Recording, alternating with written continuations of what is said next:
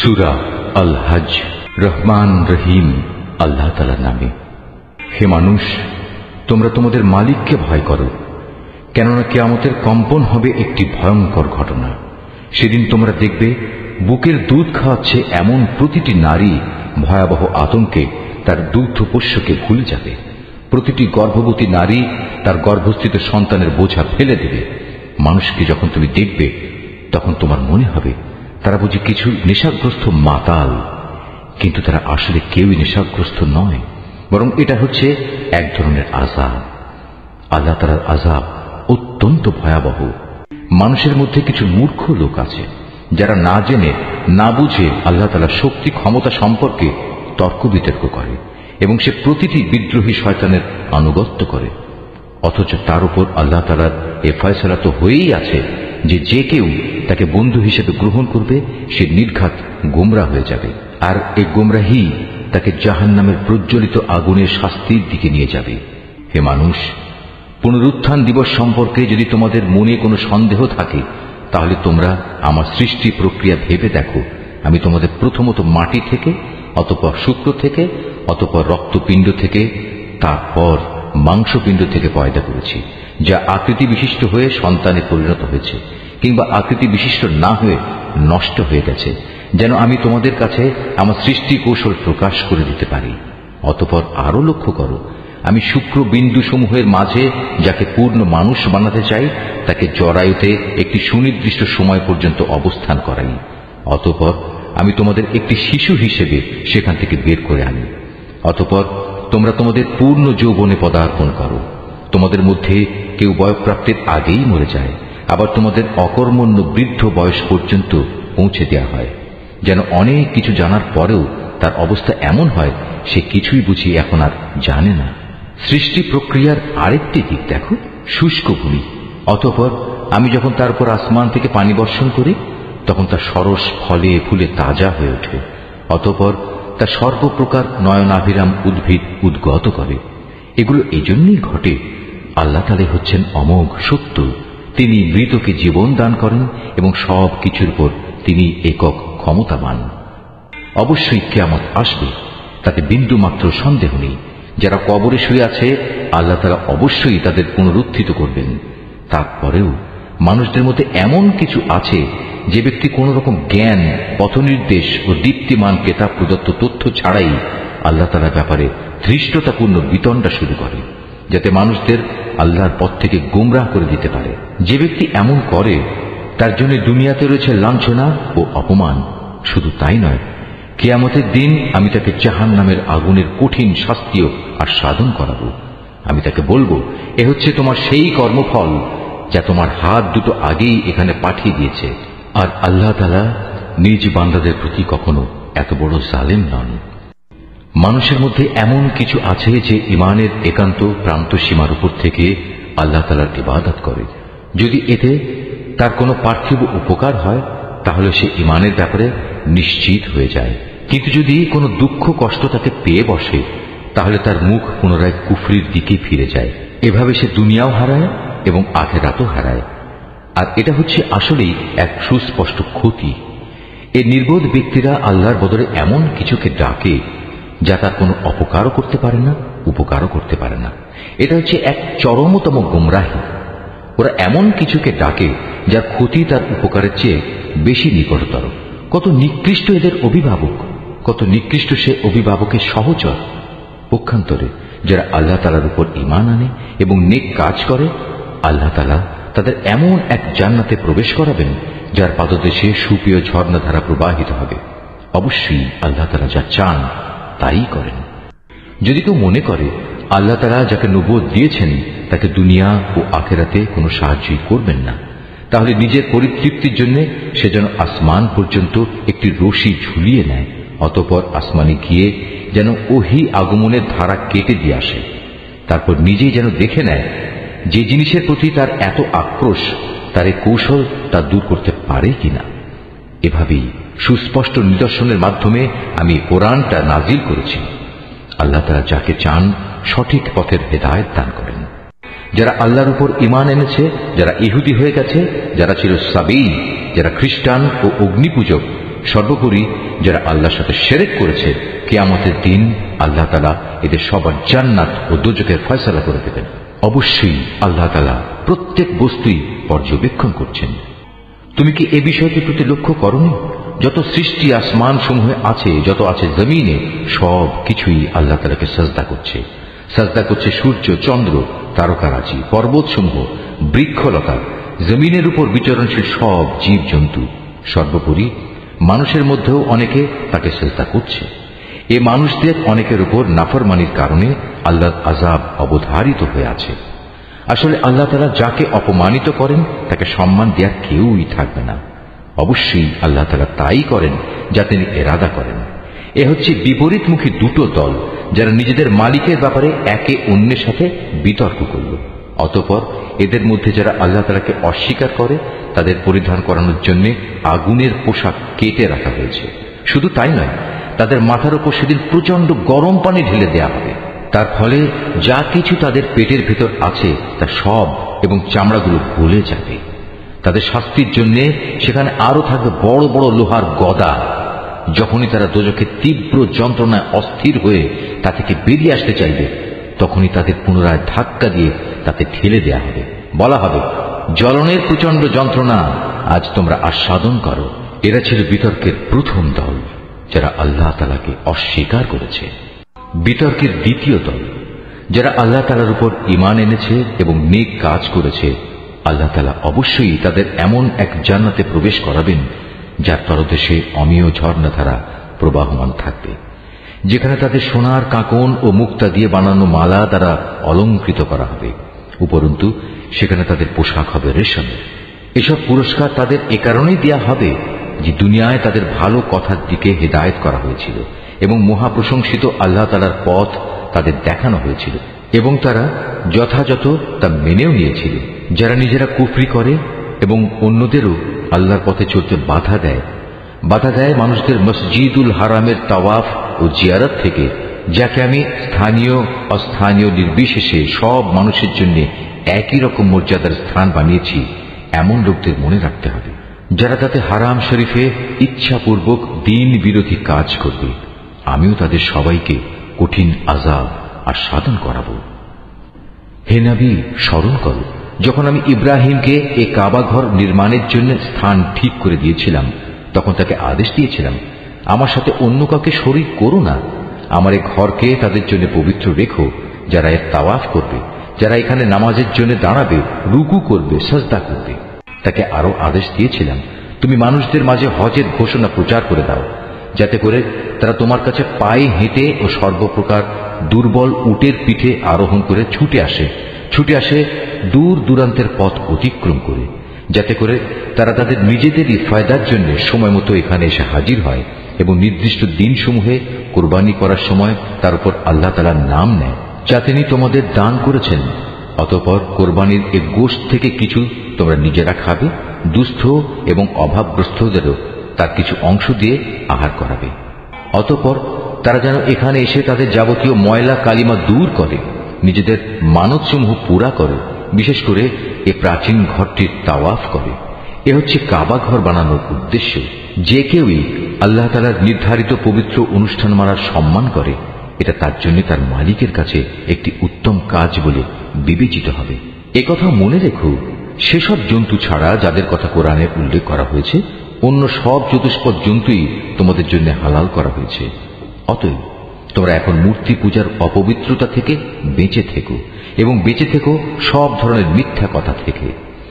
আল্লাহ তাআলার প্রতি নিষ্ঠাবান হও, তার সাথে কাউকে শরীক করো না। আর যে ব্যক্তি আল্লাহ তাআলার সাথে অন্য কাউকে শরীক করে, তার অবস্থা হচ্ছে সে যেন আসমান থেকে ছিটকে পড়ল, অতঃপর মাঝ পথেই কোনো পাখি যেন তাকে ছোঁ মেরে নিয়ে গেল, কিংবা আসমান থেকে জমিনে পড়ার আগেই বাতাস তাকে উড়িয়ে নিয়ে দূরের কোনো অজ্ঞাতনামা স্থানে ফেলে দিল, যেখানে কিছুই সে দেখতে পেল না। এ তো মুশরিকদের পরিণাম। অপরদিকে কেউ আল্লাহ তাআলার নিদর্শন সমূহকে সম্মান করলে তা তার অন্তরের পরহেজগারির মধ্যেই শামিল হবে। হে মানুষ, এসব পশু থেকে তোমাদের জন্য এক নির্দিষ্টকাল পর্যন্ত নানাবিধ উপকার গ্রহণ করার ব্যবস্থা রয়েছে। অতঃপর কোরবানির নিয়ত করলে মনে রেখো, তাদের কোরবানির স্থান হচ্ছে প্রাচীন ঘরটির সন্নিকটে। প্রত্যেক জাতির জন্য আমি পশু কুরবানির এই নিয়ম করে দিয়েছি, যাতে করে সেই জাতির লোকেরা সেসব পশুর উপর আল্লাহ তাআলার নাম নেয় যা তিনি তাদের দান করেছেন। সুতরাং তোমাদের মাবুদ তো হচ্ছেন একজন, অতএব তোমরা তাঁরই সামনে আনুগত্যের মাথা নত করো। হে নবী, তুমি আমার বিনীত বান্দাদের সাফল্যের সুসংবাদ দাও। এ বিনীত বান্দা হচ্ছে তারা যাদের সামনে আল্লাহ তাআলার নাম স্মরণ করা হলে ভয়ে তাদের অন্তরাত্মা কেঁপে ওঠে। যত বিপদ মুসিবত তাদের উপর আসুক না কেন, যারা তার উপর ধৈর্য ধারণ করে, নামাজ প্রতিষ্ঠা করে, সর্বোপরি আমি তাদের যে রিজিক দান করেছি তা থেকে তারা আমারই পথে ব্যয় করে। আমি তোমাদের জন্য কোরবানির উটগুলোকে আল্লাহ তাআলার নির্ধারিত নিদর্শন সমূহের মধ্যে শামিল করেছি। এতেই তোমাদের যাবতীয় মঙ্গল নিহিত রয়েছে। অতএব কোরবানি করার সময় তাদের সারিবদ্ধভাবে দাঁড় করিয়ে তাদের উপর আল্লাহ তাআলার নাম নাও। অতঃপর জবাই শেষে তা যখন একদিকে পড়ে যায়, তখন তোমরা তার গোশত থেকে নিজেরা খাও, যারা এমনি আল্লাহর রিজিকে সন্তুষ্ট আছে তাদের, এবং যারা তোমার কাছে সাহায্য প্রার্থী হয় এদের সবাইকে খাওয়াও। এভাবেই আমি এদের তোমাদের অধীন করে দিয়েছি, যাতে তোমরা এজন্যে আল্লাহ তাআলার শুকর আদায় করতে পারো। আল্লাহ তাআলার কাছে কখনো কোরবানির গোশত ও রক্ত পৌঁছায় না, হ্যাঁ, তার কাছে তোমাদের তাকওয়াটুকুই পৌঁছায়। এভাবে আল্লাহ তাআলা এদের তোমাদের অধীন করে দিয়েছেন, যাতে যে দিনের পথ তিনি তোমাদের দেখিয়ে দিয়েছেন তার সে উপকারের জন্য তোমরা তার মাহাত্ম্য বর্ণনা করতে পারো। হে নবী, নিষ্ঠার সাথে যারা নেক কাজ করে তুমি তাদের জান্নাতের সুসংবাদ দাও। যারা আল্লাহ তাআলার উপর ঈমান আনে, আল্লাহ তাআলাই তাদের জালেমদের থেকে রক্ষা করেন। এতে সন্দেহ নেই, আল্লাহ তাআলা কখনো বিশ্বাসঘাতক ও নাশকর বান্দাকে ভালোবাসেন না। যাদের বিরুদ্ধে কাফিরদের পক্ষ থেকে যুদ্ধ চালানো হচ্ছিল তাদেরও এখন যুদ্ধ করার অনুমতি দেয়া গেল, কেননা তাদের উপর সত্যি জুলুম করা হচ্ছিল। নিঃসন্দেহে আল্লাহ তাআলা এ মজলুমদের সাহায্য করতে সম্পূর্ণ সক্ষম। এরা হচ্ছে কতিপয় মজলুম মানুষ, যাদের অন্যায়ভাবে নিজেদের ঘর বাড়ি থেকে বের করে দেয়া হয়েছে, শুধু এ কারণে যে তারা বলেছিল আমাদের মালিক হচ্ছেন আল্লাহ তাআলা। যদি আল্লাহ তাআলা মানব জাতির এক দলকে আরেক দল দিয়ে শায়েস্তা না করতেন, তাহলে দুনিয়ার বুক থেকে খ্রিস্টান সন্ন্যাসীদের উপাসনালয় ও গির্জাসমূহ বিধ্বস্ত হয়ে যেত, ধ্বংস হয়ে যেত ইহুদিদের ইবাদতের স্থান ও মুসলমানদের মসজিদ সমূহ, যেখানে বেশি বেশি পরিমাণে আল্লাহ তাআলার নাম নেওয়া হয়। আল্লাহ তাআলা অবশ্যই তাকে সাহায্য করেন যে আল্লাহ তাআলার দ্বীনে সাহায্য করে। অবশ্যই আল্লাহ তাআলা শক্তিমান ও পরাক্রমশালী। আমি যদি এ মুসলমানদের আমার জমিনে রাজনৈতিক প্রতিষ্ঠা দান করি, তাহলে তারা প্রথমে নামাজ প্রতিষ্ঠা করবে, দ্বিতীয়ত যাকাত আদায়ের ব্যবস্থা করবে, আর নাগরিকদের তারা সৎ কাজের আদেশ দেবে এবং মন্দ কাজ থেকে বিরত রাখবে। তবে অবশ্য সব কাজের চূড়ান্ত পরিণতি একান্তভাবে আল্লাহ তাআলারই এখতিয়ারভুক্ত। হে নবী, এই লোকেরা যদি তোমাকে মিথ্যা সাব্যস্ত করে তাতে তোমার উদ্বেগের কিছুই নেই। এদের আগে নূহের জাতি আদ ও সামুদের লোকেরাও তাদের নবীদের মিথ্যা সাব্যস্ত করেছিল। ইব্রাহিমের জাতি এবং লূতের জাতিও তাই করেছিল। আরো করেছে মাদিয়ানের অধিবাসীরা। মুসাকেও মিথ্যাবাদী বলা হয়েছে। তারপরেও আমি এই কাফেরদের ঢিল দিয়ে রেখেছিলাম। অতঃপর সময় এসে গেলে আমি তাদের ভীষণভাবে পাকড়াও করেছি। কি ভয়ঙ্কর ছিল আমার সে আযাব! আমি ধ্বংস করেছি আরো অনেক জনপদ যার অধিবাসীরা ছিল জালেম। অতঃপর তা বিধ্বস্ত হয়ে মুখ থুবড়ে পড়ে থাকল। কত কূপ পরিত্যক্ত হয়ে পড়ল, কত শখের সুন্দর প্রাসাদ বিরান হয়ে ধ্বংসস্তূপে পরিণত হয়ে গেল। এরা কি জমিনে ঘুরে ফিরে এগুলো পর্যবেক্ষণ করেনি?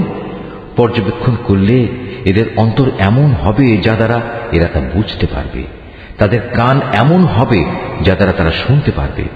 আসলে অবোধ নির্বোধের চোখ তো কখনো অন্ধ হয়ে যায় না, অন্ধ হয়ে যায় সেই অন্তর যা মনের ভেতরে লুকিয়ে থাকে। হে নবী, এরা তোমার কাছে আযাবের ব্যাপারে তাড়াহুড়ো করে। তুমি বলো, আল্লাহ তাআলা কখনো তার ওয়াদার বরখেলাপ করেন না। তোমার মালিকের কাছে যা একদিন তা তোমাদের গণনার 1000 বছরের সমান।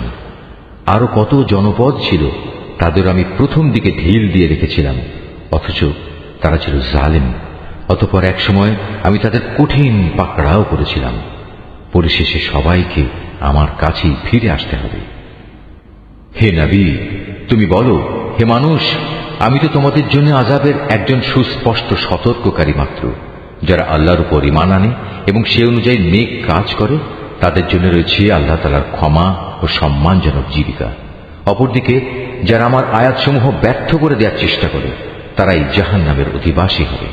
হে নবী, আমি তোমার আগে এমন কোন নবী কিংবা রসুলই পাঠাইনি যারা এই ঘটনার সম্মুখীন হয়নি যে যখন সে নবী আল্লাহর আয়াতসমূহ পড়ার আগ্রহ প্রকাশ করল তখন শয়তান তার সে আগ্রহের কাজে কাফেরদের মনে সন্দেহ ঢেলে দেয়নি। অতঃপর আল্লাহ তাআলা শয়তানের নিক্ষিপ্ত সন্দেহগুলো মিটিয়ে দেন এবং নিজের আয়াতসমূহকে আরো মজবুত করে দেন। আল্লাহ তাআলা সব কিছু জানেন, তিনি হচ্ছেন বিজ্ঞ কুশলী। এটা এই কারণে যেন আল্লাহ তাআলা এর মাধ্যমে শয়তানের প্রক্ষিপ্ত সন্দেহগুলোকে সেসব মানুষের পরীক্ষার বিষয়ে বানিয়ে দিতে পারেন যাদের অন্তরে আগে থেকে মুনাফিকের ব্যাধি আছে। উপরন্তু যারা একান্ত পাষাণ হৃদয়, অবশ্যই এ জালেমরা অনেক মতবিরোধ ও সন্দেহে নিমজ্জিত হয়ে আছে। এটা এই কারণে যাদের আল্লাহ তাআলার কাছ থেকে জ্ঞান দেয়া হয়েছে তারা যেন জানতে পারে এটাই যা তুমি পড়লে তোমার মালিকের পক্ষ থেকে আসা সত্য। অতঃপর তারা যেন তাতে পুরোপুরি ঈমান আনে এবং তাদের মন যেন সেদিকে আরো আকৃষ্ট হয়ে পড়ে। অবশ্যই আল্লাহ তাআলা ঈমানদারদের সঠিক পথে পরিচালিত করেন। যারা আল্লাহ তাআলাকে অস্বীকার করে তারা এই কোরআনের ব্যাপারে সন্দেহ পোষণ করা থেকে কখনো বিরত হবে না যতক্ষণ না একদিন আকস্মিকভাবে তাদের উপর কিয়ামত এসে পড়বে অথবা তাদের উপর একটি অবাঞ্ছিত ও ভয়ঙ্কর দিনের আযাব আসবে। সেদিন চূড়ান্ত বাদশাহী হবে একমাত্র আল্লাহ তাআলা। তিনি তাদের সবার মাঝে ফয়সালা করবেন। অতঃপর যারা তাঁর উপর ঈমান এনেছে এবং সে মোতাবেক নেক কাজ করেছে তারা সেদিন নিয়ামতে পরিপূর্ণ জান্নাতে অবস্থান করবে। যারা আল্লাহ তাআলাকে অস্বীকার করেছে এবং আমার আয়াতসমূহকে মিথ্যা প্রতিপন্ন করেছে তাদের জন্য অপমানজনক আযাবের ব্যবস্থা থাকবে। যারা আল্লাহ তাআলার পথে তাঁরই সন্তুষ্টির জন্য নিজেদের ভিটে মাটি ছেড়ে গেছে, পরে আল্লাহর পথে নিহত হয়েছে কিংবা এমনি মৃত্যুবরণ করেছে, অবশ্যই আল্লাহ তাআলা কিয়ামতের দিন তাদের উত্তম রিজিক দান করবেন। নিঃসন্দেহে আল্লাহ তাআলা হচ্ছেন সর্বোত্তম রিজিক দাতা। তিনি অবশ্যই তাদের এমন এক স্থানে প্রবেশ করাবেন যা তারা খুবই পছন্দ করবে। নিঃসন্দেহে আল্লাহ তাআলা প্রজ্ঞাময় ও একান্ত সহনশীল। এটা হচ্ছে তাদের প্রকৃত অবস্থা। অপরদিকে কোনো ব্যক্তি দুশমনকে যদি ততটুকুই কষ্ট দেয় যতটুকু কষ্ট তাকে দেয়া হয়েছিল, তার সাথে যদি তার উপর বাড়াবাড়িও করা হয়, তাহলে আল্লাহ তাআলা অবশ্যই এই মজলুম ব্যক্তির সাহায্য করবেন। নিঃসন্দেহে আল্লাহ তাআলা মানুষের পাপ মোচন করেন এবং তাদের ক্ষমা করে দেন। এ হচ্ছে আল্লাহর নিয়ম। আল্লাহ তাআলা রাতকে দিনের মধ্যে আবার দিনকে রাতের মধ্যে ঢুকিয়ে দেন। অবশ্যই আল্লাহ তাআলা সবকিছু শোনেন, সবকিছুই দেখেন। এটা হচ্ছে আল্লাহর নিয়ম। আল্লাহ তাআলাই হচ্ছেন একমাত্র সত্য। প্রয়োজন পূরণের জন্য যাদের এরা আল্লাহ তাআলার বদলে ডাকে তা সম্পূর্ণ বাতিল ও মিথ্যা, এবং আল্লাহ তাআলাই হচ্ছেন সমুচ্চ, তিনি হচ্ছেন মহান। তুমি কি তাকিয়ে দেখোনি আল্লাহ তাআলা কিভাবে আসমান থেকে পানি বর্ষণ করেন, অতঃপর এ পানি পেয়ে জমিন সবুজ শ্যামল হয়ে ওঠে? নিশ্চয়ই আল্লাহ তাআলা স্নেহপরায়ণ, তিনি তাদের যাবতীয় সূক্ষ্ম বিষয়ের খবর রাখেন। আসমান সমূহ ও জমিনে যেখানে যা কিছু আছে সবই তাঁর জন্য। আল্লাহ তাআলা হচ্ছেন সব ধরনের অভাব মুক্ত ও যাবতীয় প্রশংসার একমাত্র মালিক। তুমি কি দেখতে পাও না আল্লাহ তাআলা কিভাবে এ জমিনে যা কিছু আছে তাকে এবং সমুদ্রে বিচরণশীল জলযানকে নিজের আদেশক্রমে তোমাদের অধীন করে দিয়েছেন? তিনি আসমানকে ধরে রেখেছেন যাতে করে তা জমিনের উপর পড়ে না যায়, কিন্তু তার আদেশের সাথে যখন পড়ে যাবে সেটা হবে ভিন্ন কথা। অবশ্যই আল্লাহ তাআলা মানুষদের সাথে স্নেহপ্রবণ ও দয়াবান। তিনি তোমাদের জীবন দান করেছেন, অতঃপর তিনি তোমাদের মৃত্যু দেবেন, পুনরায় তিনি তোমাদের জীবন দান করবেন। মানুষ আসলেই অতিমাত্রায় অকৃতজ্ঞ, তারা সবাই ভুলে যায়। প্রত্যেক জাতির জন্যই আমি ইবাদতের কিছু আচার অনুষ্ঠান ঠিক করে দিয়েছি যা তারা পালন করে। অতএব এ ব্যাপারে তারা যেন অবশ্যই তোমার সাথে কোনো তর্ক না করে। মানুষদের তুমি তোমার মালিকের দিকে ডাকতে থাকো, অবশ্যই তুমি সঠিক পথের উপর রয়েছ। তারপরেও তারা যদি তোমার সাথে বাক বিতণ্ডা করে তাহলে তুমি বলে দাও, তোমরা আমার সাথে যা কিছু করছো আল্লাহ তাআলা তা ভালো করেই জানেন। তোমরা যেসব বিষয় নিয়ে নিজেদের মধ্যে মতবিরোধ করছো, কিয়ামতের দিন আল্লাহ তাআলা তোমাদের মধ্যকার সেসব বিষয়ের চূড়ান্ত ফয়সালা করে দেবেন। তুমি কি জানো না, আসমান ও জমিনে যা কিছু আছে আল্লাহ তাআলা তার সম্পর্কে সম্যক অবগত রয়েছেন। এর সবকিছু একটি কিতাবে সংরক্ষিত রয়েছে। এই সংরক্ষণ প্রক্রিয়াটা আল্লাহ তাআলার কাছে অত্যন্ত সহজ একটি কাজ। তারপরেও তারা আল্লাহ তাআলাকে বাদ দিয়ে এমন সব কিছুর গোলামি করে যার সমর্থনে আল্লাহ তাআলা কোনো দলিল প্রমাণ নাজিল করেননি এবং যে ব্যাপারে তাদের নিজেদের কাছেও কোনো জ্ঞান নেই। বস্তুত সীমা লঙ্ঘনকারীদের জন্য কিয়ামতের দিন কোনোই সাহায্যকারী থাকবে না। হে নবী, যখন এদের সামনে আমার সুস্পষ্ট আয়াতসমূহ তেলাওয়াত করা হয়, তখন তুমি কাফিরদের চেহারায় তীব্র অসন্তোষ দেখতে পাবে। অবস্থা দেখে মনে হয় যারা তাদের সামনে আয়াত তেলাওয়াত করছে এরা বুঝি এখনই তাদের উপর হামলা করবে। হে নবী, তুমি এদের বলো, আমি কি তোমাদের এর চাইতে মন্দ কিছু সংবাদ দেব? তা হচ্ছে জাহান্নামের আগুন। আল্লাহ তাআলা যার ওয়াদা করেছেন তাদের সাথে যারা আল্লাহ তাআলাকে অস্বীকার করে, আবাসস্থল হিসেবে তা কত নিকৃষ্ট। হে মানুষ, তোমাদের জন্য এখানে একটি উদাহরণ পেশ করা হচ্ছে, কান পেতে তা শোনো। আল্লাহ তাআলা ছাড়া তোমরা যাদের ডাকো তারা তো কখনো ক্ষুদ্র একটি মাছও তৈরি করে দেখাতে পারবে না, যদি এ কাজের জন্য তারা সবাই একত্রিতও হয়। যদি সে মাছি তাদের কাছ থেকে কোনো কিছু ছিনিয়ে নিয়ে যায়, তবে তারা তার কাছ থেকে তা ছাড়িয়েও নিতে পারবে না। যাদের এতটুকু ক্ষমতা নেই, কত দুর্বল তারা যারা এদের কাছে সাহায্য প্রার্থনা করে। কত দুর্বল তারা যাদের কাছে এ সাহায্য চাওয়া হচ্ছে। এ মূর্খ ব্যক্তিরা আল্লাহ তাআলাকে কোনো মূল্যায়নই করতে পারেনি, ঠিক যেভাবে তার ক্ষমতার মূল্যায়ন করা উচিত ছিল। আল্লাহ তাআলা নিশ্চয়ই পরাক্রমশালী। আল্লাহ তাআলা তার ওহী বহন করার জন্য ফেরেশতাদের মধ্যে থেকে বাণীবাহক মনোনীত করেন। মানুষদের ভেতর থেকেও তিনি এটা করেন। অবশ্যই আল্লাহ তাআলা সবকিছু শোনেন ও সবকিছু দেখেন। তাদের সামনে যা আছে তা যেমনি তিনি জানেন, তেমনি জানেন তাদের পেছনে যা আছে তাও, কেননা একদিন তার কাছেই সব কিছুকে ফিরে যেতে হবে। এই আয়াতটি যিনি তেলাওয়াত করবেন এবং যিনি এই আয়াতটির তেলাওয়াত শুনবেন, তারা যদি শাফি মাযহাবের অনুসারী হন, তাহলে তাদের সবাইকে এই আয়াতের সাজদাটি আদায় করতে হবে।